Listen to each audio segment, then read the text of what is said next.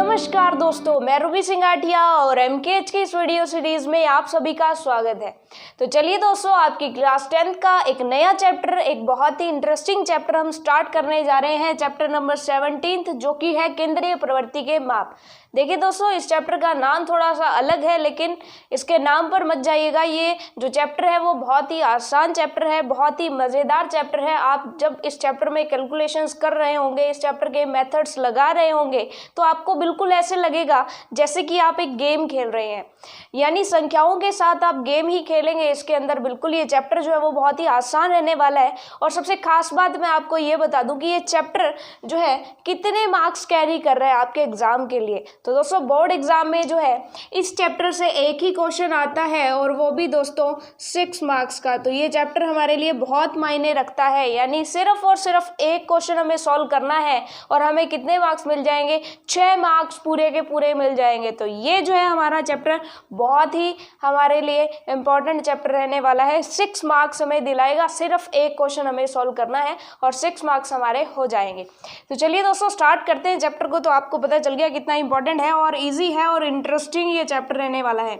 बस इस चैप्टर को करते वक्त कुछ बच्चे जो है कैलकुलेटर का यूज़ करते हैं, आपको बस वो नहीं करना है, यानी डोंट यूज़ कैलकुलेटर।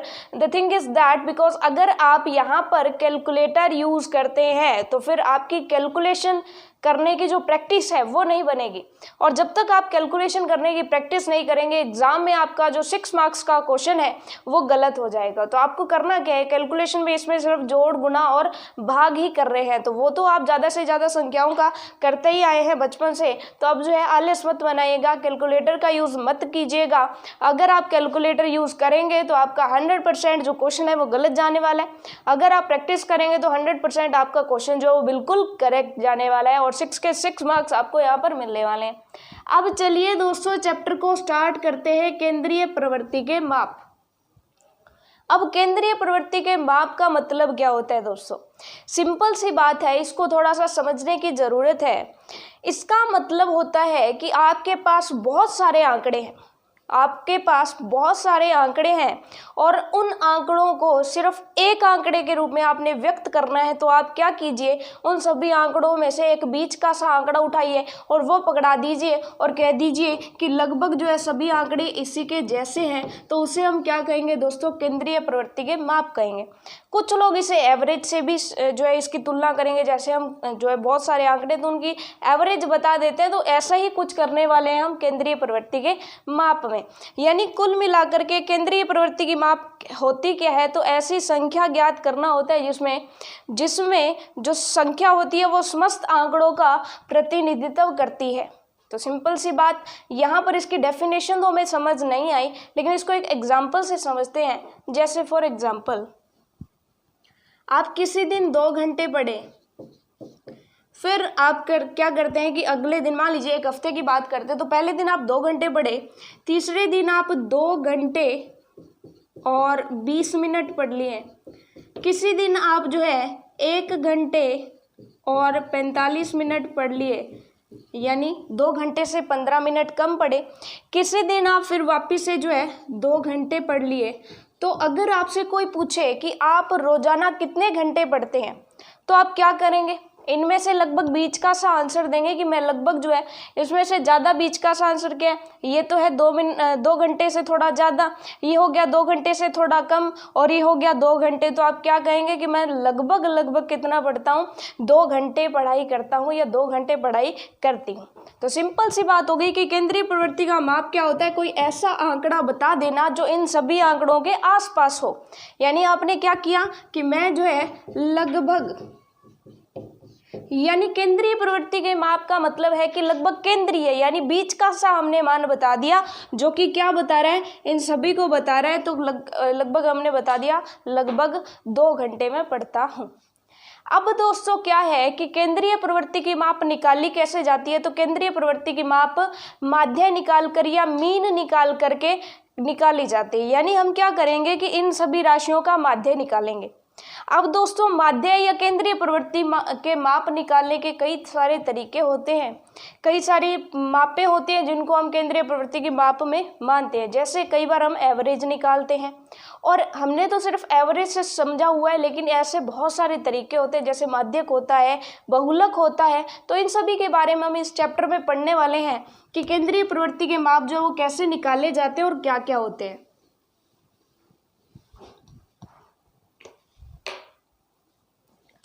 तो दोस्तों केंद्रीय प्रवृत्ति की माप का हमें पता कैसे चलता है दोस्तों? माध्य से पता चलता है। एक तो ये हो गया तरीका कि हमें किससे पता चलता है, पहला तरीका तो हो गया माध्य से पता चलता है। दूसरा तरीका क्या है कि हम इसमें कभी कभी माध्यिका या माध्यक का भी यूज़ करते हैं, और कभी कभी जो है हम इसका जो है बहुलक निकाल करके भी बताते हैं। यानी कि ये तीन तरीके हैं किसको शो करने के, केंद्रीय प्रवृत्ति का माप निकालने के।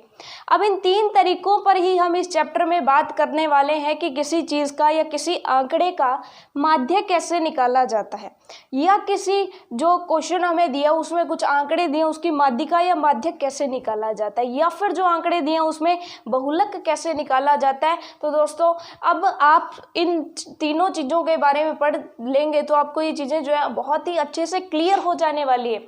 जैसे जैसे हम चैप्टर को आगे पढ़ेंगे ये चीज़ें आपको बहुत अच्छे से समझ आएगी। अभी फिलहाल आपको ऐसे लग रहा होगा कि ये माध्य क्या है, माध्यिका क्या है, बहुलक क्या है, इसमें हम क्या करने वाले हैं। तो धीरे धीरे जैसे जैसे चैप्टर आगे बढ़ेगा आपको सब समझ आने वाला है। फिलहाल आपको बस इतना याद रखना है कि इस चैप्टर में हम तीन चीज़ों पर बात करने वाले हैं। पहला है माध्य, दूसरा है माध्यक और तीसरा है बहुलक। तो चलिए दोस्तों, और ये तीनों चीज़ें किसको बताती हैं? केंद्रीय प्रवृत्ति के माप को बताती है। यानी एक ऐसी संख्या हमें प्राप्त होती है जो दिए गए सभी आंकड़ों को जो है लगभग बता देती है, यानी उनका प्रतिनिधित्व करती है। ये बिल्कुल उसी तरीके से जैसे आपने बता दिया कि मैं जो है लगभग 2 घंटे पढ़ता हूँ, मीन बना करके आपने बता दिया। तो चलिए दोस्तों इसका जो फर्स्ट पार्ट है वो स्टार्ट करते हैं। माध्य, इस माध्य को जो है माध्य भी बोला जाता है और समांतर माध्य भी बोला जाता है। देखिए दोस्तों वैसे तो माध्य भी आगे कई प्रकार का होता है, लेकिन वो जो आप बड़ी कक्षाओं में पढ़ते हैं। फिलहाल हमारे सिलेबस में सिर्फ समांतर माध्य है, तो हम जो है केवल किसको पढ़ेंगे दोस्तों? समांतर माध्य को पढ़ेंगे। तो चलिए फिर स्टार्ट करते हैं दोस्तों। आपको कुछ आंकड़े दिए गए होंगे और उनके हमें माध्य निकालने होंगे। अब देखिए दोस्तों माध्य के निकालने के अलग अलग तरीके होंगे, तो हम सबसे आसान तरीके से लेकर के सबसे हार्ड वाले तरीके तक जाएंगे। लेकिन ये वैसे बहुत ज़्यादा हार्ड नहीं है, ये एक दूसरे की तुलना में हार्ड है। वैसे तो ये बहुत ही आसान रहने वाला है, आपको ऐसे लगेगा कि हम कोई गेम खेल रहे हैं। तो चलिए फिर स्टार्ट करते हैं। तो अब तक हमने क्या पढ़ा कि केंद्रीय प्रवृत्ति की माप क्या होती है, यानी ऐसा एक संख्या निकाल लें जो कि दिए गए सभी आंकड़ों का प्रतिनिधित्व करे, यानी सभी आंकड़ों को हम एक संख्या में बता दें, वो सारे आंकड़े उस संख्या में आ जाएंगे। अब दूसरी बात की केंद्रीय प्रवृत्ति की माप कैसे निकालते हैं? 3 तरीके होते हैं, माध्य, माध्यक और बहुलक। अब उसमें से सबसे पहले हम माध्य से स्टार्ट करते हैं। तो माध्य कई प्रकार के होते हैं, लेकिन हमें किसकी बात करनी है दोस्तों? समांतर माध्य की बात करनी है।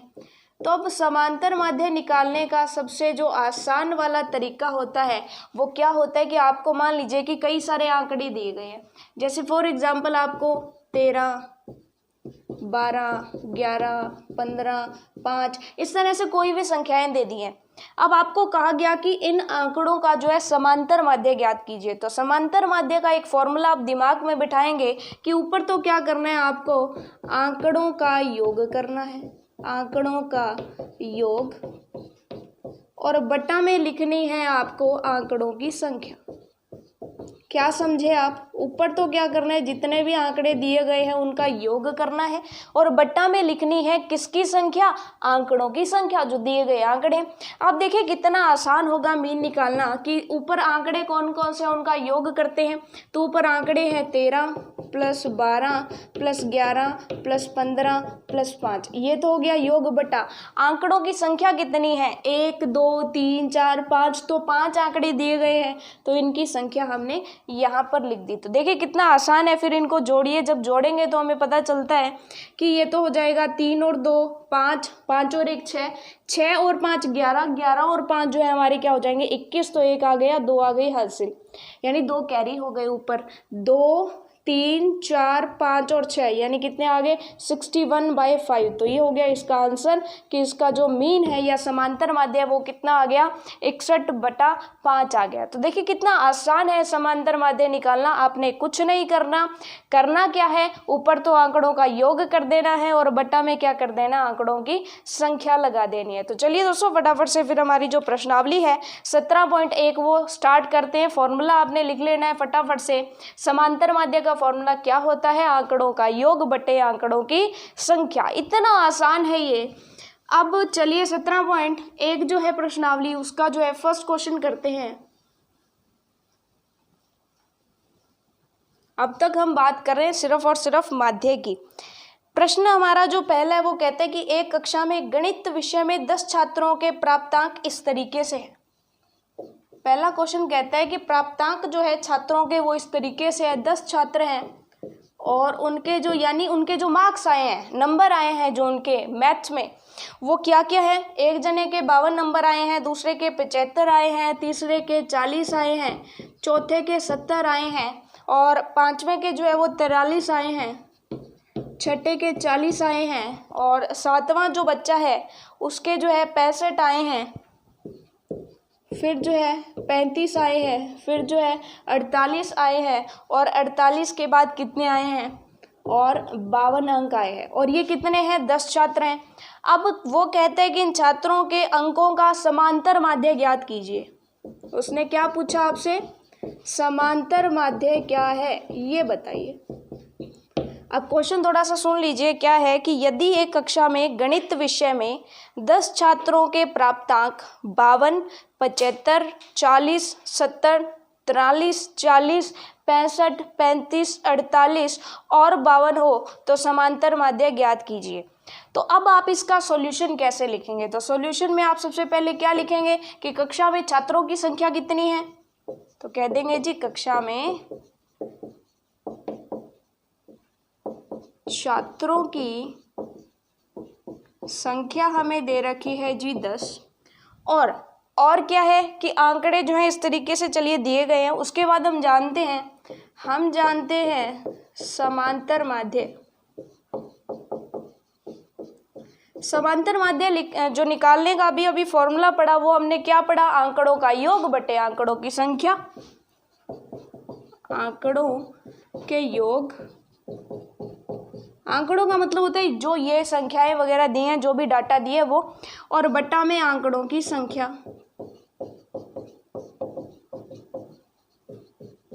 अब जरा आप बताइए कि आंकड़ों का योग कैसे निकालेंगे। ऊपर जितनी भी संख्याएं हैं उनका जोड़ कर देते हैं। तो जोड़ करते हैं 52 + 75 + 40 + 70 + 43 + 40 + 65 + 35 + 48 और +52। यानी आपको क्या करना है, कुल मिला के इन सभी को जोड़ देना है। इन सभी को जोड़ दिया और बटा में क्या होगी, आंकड़ों की संख्या। आंकड़ों की संख्या कितने छात्र हैं, तो छात्र 10 हैं, तो आंकड़ों की संख्या 10 आ गई। तो दोस्तों इन सभी आंकड़ों को जब आप जोड़ करके देखेंगे, आप रफ नोटबुक में या रफ साइड में थोड़ा सा आप नोट करके इसको है जो योग करके देखिए, तो इसका योग आता है दोस्तों 520। और 520 को जब 10 से डिवाइड करेंगे तो कितना हो जाएगा, 0 से 0 जो है कैंसिल हो जाएगा। तो इसका जो समांतर माध्य आएगा वो 52 आंसर आ जाएगा। तो इतना आसान जो है क्वेश्चन आपका फर्स्ट था।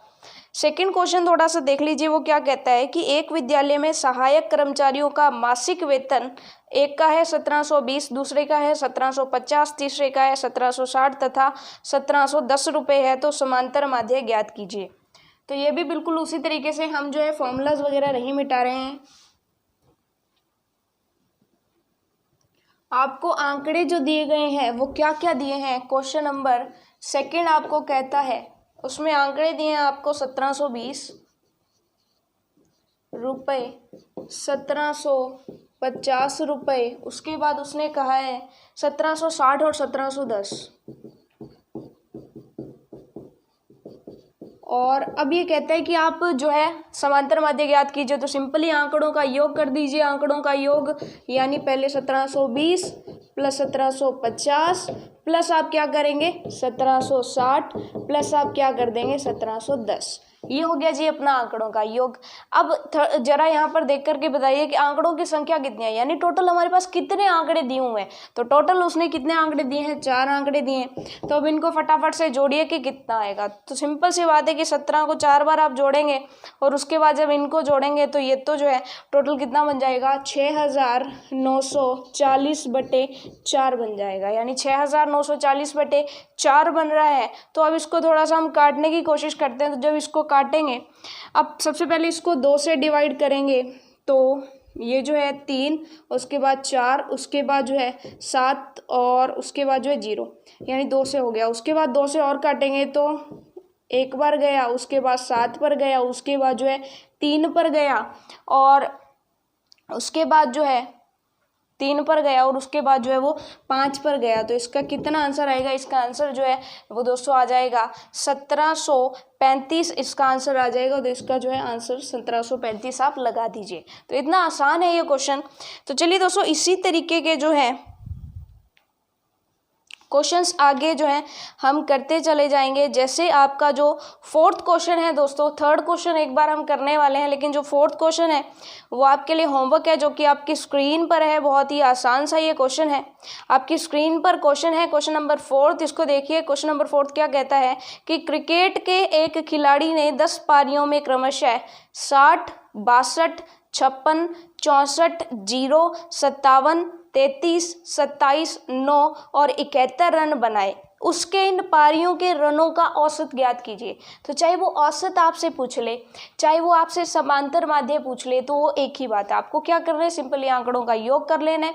अब 10 पारियों में रन बनाए हैं तो आंकड़ों की संख्या तो कितनी हो जाएगी, 10 हो जाएगी। तो आप सिंपली इनको जो है सॉल्व करिएगा। क्वेश्चन नंबर 4th जो है आपका होमवर्क रहेगा। उसके बाद दोस्तों नेक्स्ट हम चलते हैं क्वेश्चन नंबर 6 की तरफ। की क्वेश्चन नंबर 6 है वो भी आपका होमवर्क है। हालांकि क्वेश्चन नंबर 5 हम यहाँ पर सॉल्व करेंगे। क्वेश्चन नंबर 6 आपका होमवर्क है। क्वेश्चन नंबर 6 आपकी स्क्रीन पर है और क्वेश्चन नंबर 6 भी आपको क्या कहता है कि एक विद्यालय के पुस्तकालय में 10 दिन में छात्रों को दी गई पुस्तकों की संख्या निम्नलिखित है। 300, 405, 455 और इस तरीके से आपको कई सारे आंकड़े दिए गए हैं।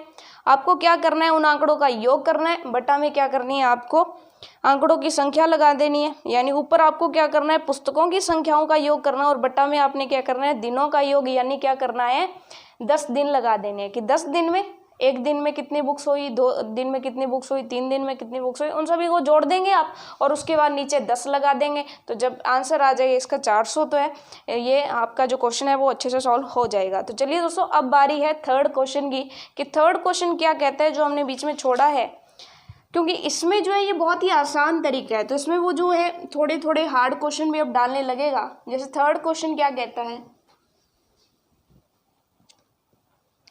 क्वेश्चन नंबर 3rd कहते हैं कि यदि 3, 4, 8, 5, x 3, 2, 1 अंकों का समांतर माध्य 4 हो तो x का मान ज्ञात कीजिए। मतलब उसने क्या कह दिया, आपको संख्याओं में से एक संख्या नहीं दी और समांतर माध्य दे दिया और आपको कहा है कि वो संख्या ज्ञात कीजिए। जैसे यदि 3, 4, 8, 5, x 3, 2, 1 अंकों का समांतर माध्य 4 हो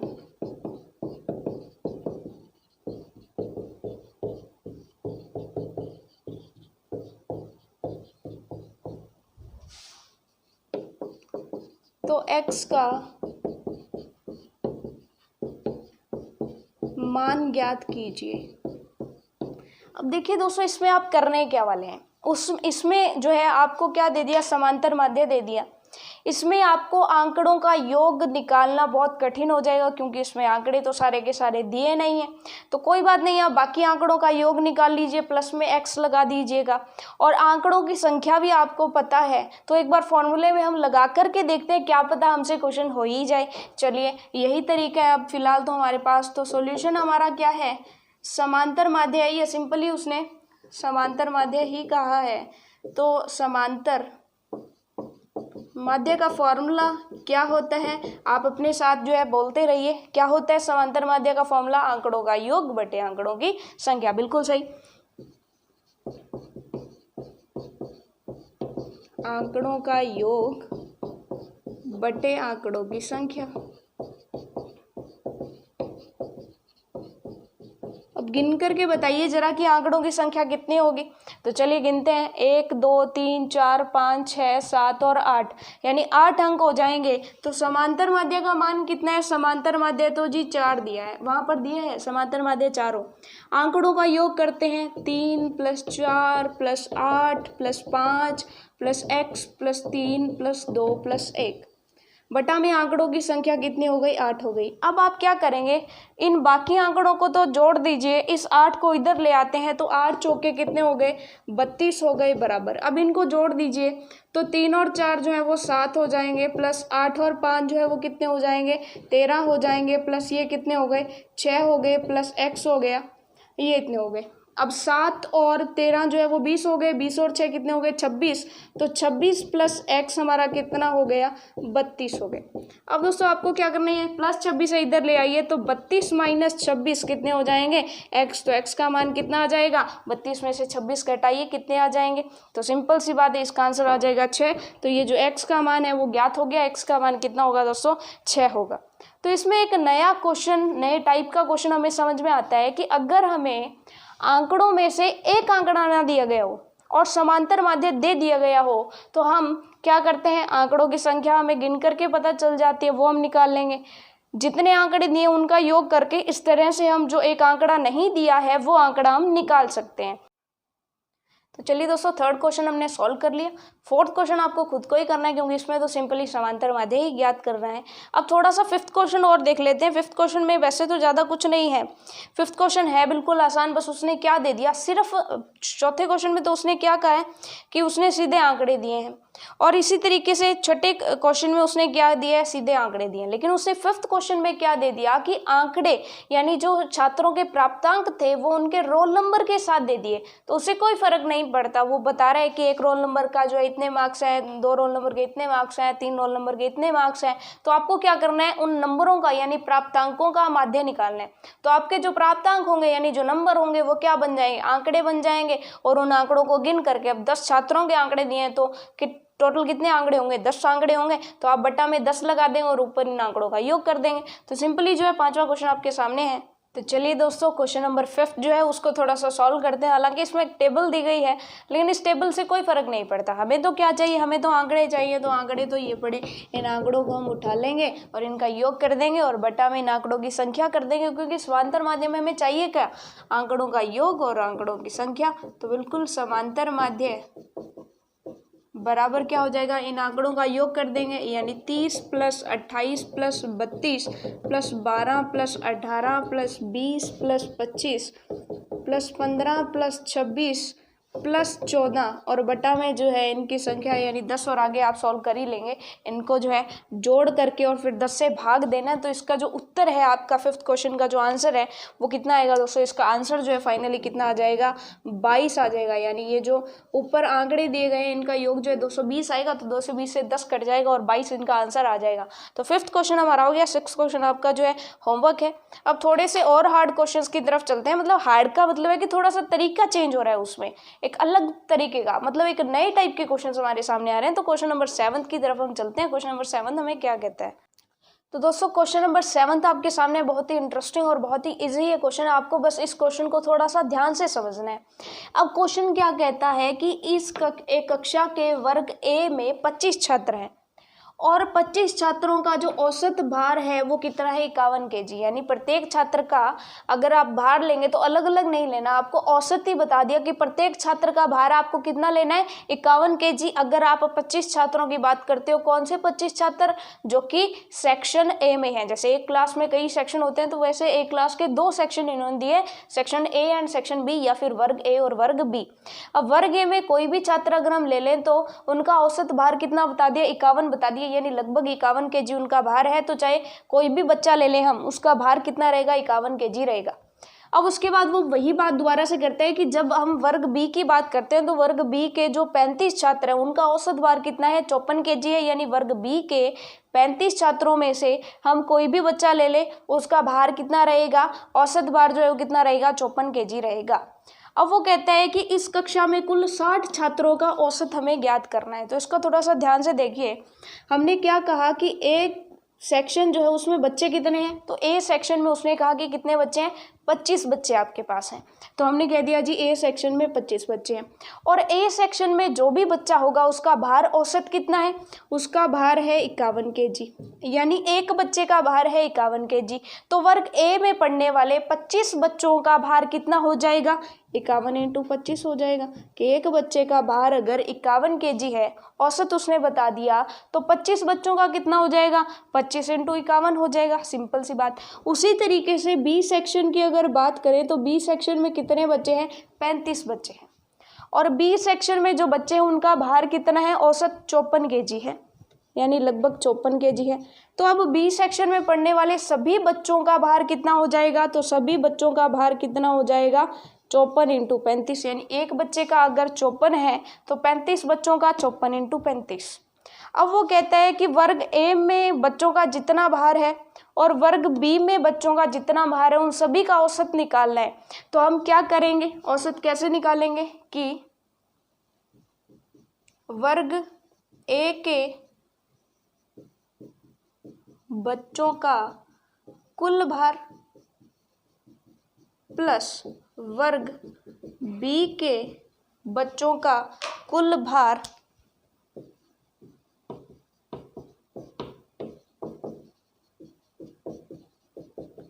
और बटा में कितने बच्चे हो गए। अब टोटल बच्चे कितने हैं इस क्लास में, टोटल बच्चे 60 हैं। चलिए अब वर्ग ए जो है उनके बच्चों का टोटल भार कितना हो जाएगा, 51 × 25, ये चीज़ आपको समझ आ गई।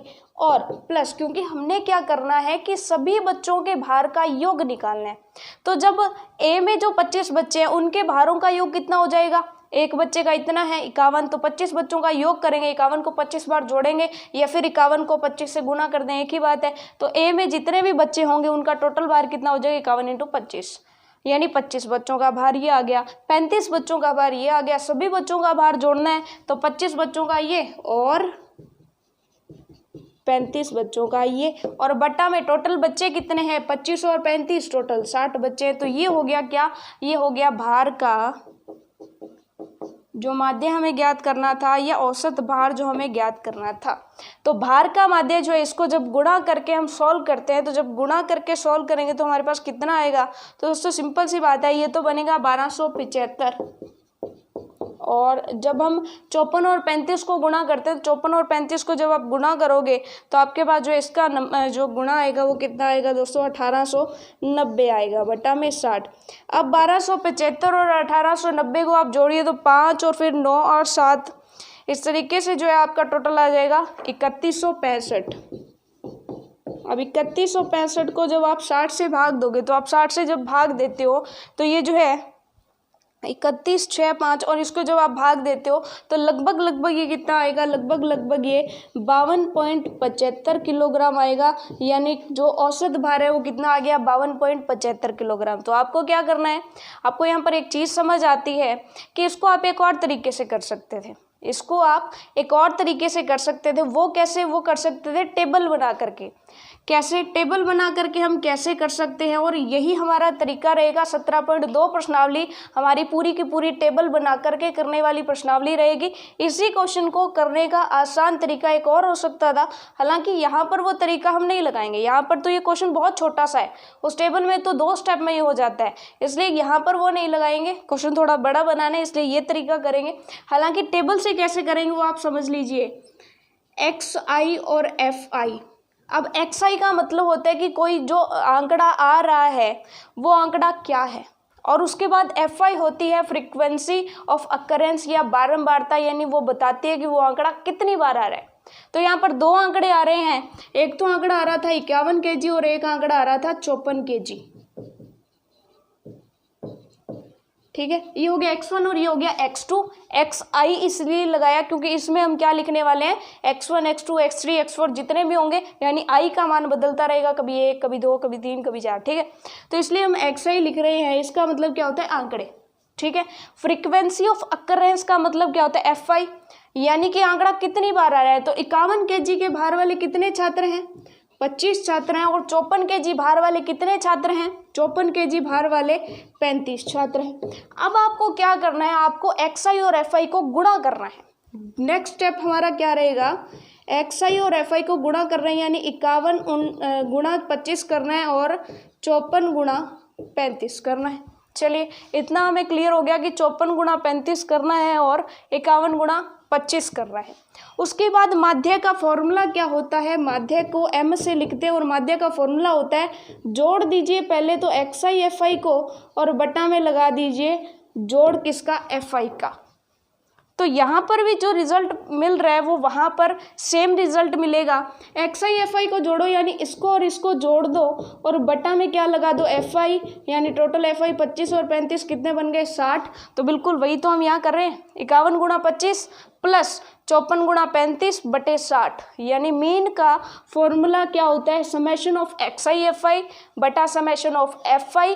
इसको हमने यहीं पर ही समझ लिया, हालांकि ये प्रश्नावली हमारी आगे वाली है, 17.2 में हम ये पढ़ने वाले हैं, 17.1 में ही हमने इसको कवर कर लिया है। और आप देख रहे हो कि यहाँ पर काम यही रहता है। कई बच्चों को क्या होता है कि सीधे 17.2 करते ही क्या करते हैं कि रट्टा मरवा दिया जाता है कि ये फॉर्मूला जो इस तरह से होगा और आपको ये करना है, लेकिन बच्चों को उसका मतलब नहीं समझ में आता। लेकिन आप यहाँ देख सकते हैं कि हम करते क्या हैं, हम सेम यही काम इस क्वेश्चन में कर रहे हैं, बस समझने का तरीका दोनों में अलग अलग है। टेबल में जो है थोड़ी सी आसानी हो जाती है और एक फिक्स तरीका हो जाता है कि हमने पहले XI लिखना है, फिर उसकी फ्रीक्वेंसी और अकरेंस लिखनी है, फिर XI और FI को गुणा करना है, फिर XI और FI को जोड़ना है, बटा में FI को जोड़ करके लिखना है। तो आंसर हमारा जो है वो सेम की सेम यही आ जाएगा। फिलहाल एक बार जो है आप इसको भूल जाइए, लेकिन आपको समझ तो आ गया ना कि ये जो तरीका है ये भी सही है। तो सिंपल सी बात आप इसको समझ लीजिए, सिंपल सी बात है कि A के बच्चों का कोई भी बच्चा हो उसका भार आपको कितना लेना था, उसका भार आपको 51 kg लेना था। वर्ग बी में कोई भी बच्चा हो उसका भार आपको कितना लेना था, 54 kg लेना था। ये चीज़ क्लियर हो गई। उसके बाद क्योंकि सभी बच्चों का भार निकालना है तो आपने वर्ग ए के बच्चों का भार निकालना था। तो एक बच्चे का भार अगर 51 kg है तो 25 बच्चों का भार कितना हो जाएगा, 25 × 51 हो जाएगा। और वर्ग बी के जो 35 बच्चे उनका भार कितना हो जाएगा, 54 × 35।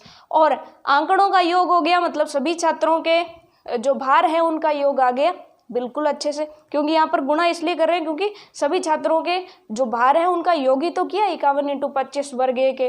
अब वर्ग ए और वर्ग बी दोनों को जोड़ देंगे तो पूरी क्लास के भार का योग आ जाएगा। और बट्टा में क्या कर दिया, पूरी क्लास में कितने छात्र हैं उनकी संख्या से भाग दे दिया, तो ये आ गया उनकी जो पूरी क्लास के छात्र हैं उनके भारों का औसत आ गया। तो इस तरह के क्वेश्चंस भी हमारे को वो पूछ सकता है। तो चलिए दोस्तों, आपको ये जो क्वेश्चंस हमने अब तक किए हैं वो सारे के सारे क्लियर हुए होंगे। चलिए दोस्तों, हमारे आज इस वीडियो में हम इतने ही क्वेश्चन करने वाले हैं, लेकिन एक चीज़ आपको ध्यान रखनी है कि इस चैप्टर में एक चीज़ खास होती है इस चैप्टर की, कि जब हम इस क्वेश्चन को मतलब इनके चैप्टर्स के क्वेश्चन को हम सॉल्व करने लगते हैं तो हम फटाफट में पहले इन क्वेश्चंस को गलत कर देते हैं और फिर हम क्वेश्चंस को जब दोबारा से करते हैं तब हमें लग रहा होता है कि शायद ये क्वेश्चन हार्ड है इसलिए नहीं हो रहा, लेकिन एक्चुअल में हमारी कैलकुलेशन में मिस्टेक होती है। तो आपको करना क्या है कि क्वेश्चन को बड़े आराम से, बड़े बहुत ही सही तरीके से करें, लिख के करें, क्योंकि कई बार हम क्या करते हैं, हवा में कैलकुलेशन करते हैं जिसकी वजह से गलतियां हो जाती हैं। तो इसमें आपको क्या करना है, आपकी कैलकुलेशन फास्ट हो जाएगी। अभी आपका स्टार्टिंग टाइम है तो आप क्या करें इसको कि बहुत ही समझदारी से, बहुत ही आराम से जो है कैलकुलेशन करें, क्योंकि अगर आपने पहली बार में थोड़ा टाइम लगाकर भी क्वेश्चन कर दिया तो और आपका वो सही हो गया तो आपका बिल्कुल सही काम हो जाएगा। इसकी बजाय आप पहली बारी में क्या करते हैं कि थोड़ा जल्दी करते हैं और उसको गलत कर बैठते हैं। इससे तो अच्छा है कि आप आराम से करें लेकिन उसको सही करें। तो कैलकुलेशंस करते वक्त आपको ध्यान देना है यहाँ पर कि आराम से करें, कोई दिक्कत नहीं है, लेकिन उसको बिल्कुल सही करना है, आपको गलत नहीं करना है। कैलकुलेशंस में खास ध्यान रखना है क्योंकि पूरे चैप्टर में कैलकुलेशंस ही चलने वाली है। कैलकुलेटर का आप यूज़ नहीं करेंगे, अपने हाथ से कैलकुलेशन करेंगे, तभी आपकी प्रैक्टिस जो है वो पूरी हो पाएगी। बाकी चैप्टर बिल्कुल आसान है, बहुत ही आसान सा चैप्टर है। आपको ये लग रहा होगा कि हम अब तक तो क्या कर रहे हैं, आंकड़ों के साथ दो गेम खेल रहे हैं और एक ही फॉर्मूला हमारा माध्य का सिंपल अब तक हमने पढ़ा, क्या, आंकड़ों का योग बटे आंकड़ों की संख्या। बहुत ही आसान सा जो फॉर्मूला रहा। तो चलिए दोस्तों, इस वीडियो में बस इतना ही। मिलते हैं नेक्स्ट वीडियो में। इस जो चैप्टर है इसका जो प्रश्नावली है 17 पॉइंट, इसके 3 क्वेश्चंस बाकी बचे, उसके बाद हम 17.2 प्रश्नावली को जो है स्टार्ट करेंगे नेक्स्ट वीडियो में। सो तब तक के लिए all the best for your self studies.